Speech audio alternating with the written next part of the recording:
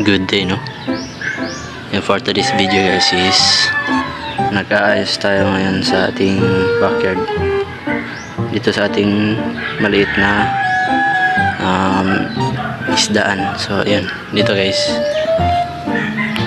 inayos ko yung ilalim kasi nga butas siya. Ayan, hindi ko alam kung paano ko yan tatakpan kasi nga naubos na yung pang ano natin. So ayun, nilagyan ko ng tubig. Inayos ko guys kasi nga ililipat ko yung ibang isda doon. So kasama ko pala ngayon yung ibon ko.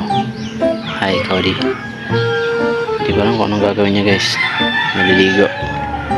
Tingnan natin. Yan, maliligo nga guys.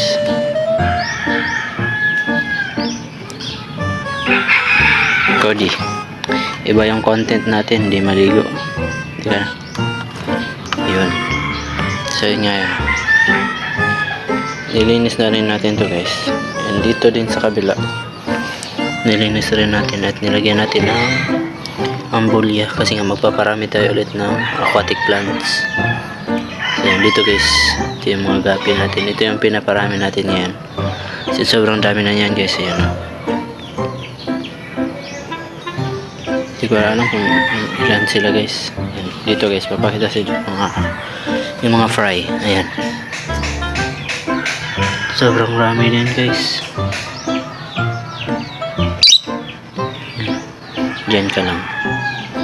So yun, dito may mga buntis ko tayo, 3. Yung isa kakadrop lang kanina. Yan, yan nasa gitna. So yun guys, no? Kaya itong pan na to guys is dito ko ililipat yung ibang ABT natin na yung mga fry, or kapag lumaki na sila is dito natin ilalagay. Itong nandito ito yung ilalagay natin doon sa may likod, yung may butas. So ayusin pa natin yun.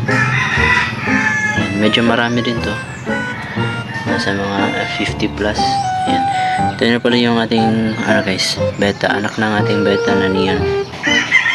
Ayan, malaki na male. Nilagay ko siya dyan kasi nga may maraming bloodworm dyan. Ayan, pinakain ko sa kanya kaya busog siya. Yes, kalma lang siya guys. Okay. So yun, na-updatein tayo sa ating guinea pig. So far wala na naging problema guys. Ayan, nasa loob sila. Paano ba ito? Actually kakatapos lang nila kumain. Ayan.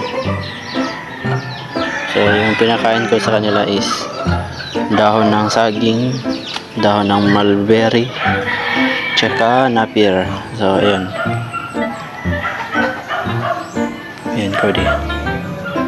So itong video na to guys is ano lang, update lang sa anong ganap natin kasi malapit na magpasko. So advance Merry Christmas sa lahat. Yan, siguro dito na muna guys na kasi nga baka may dumating tayo na guinea pig and yun yung i-video natin sa susunod. So ayan, bye ka na Cody. So guys, salamat sa panonood and don't forget to subscribe. Salamat.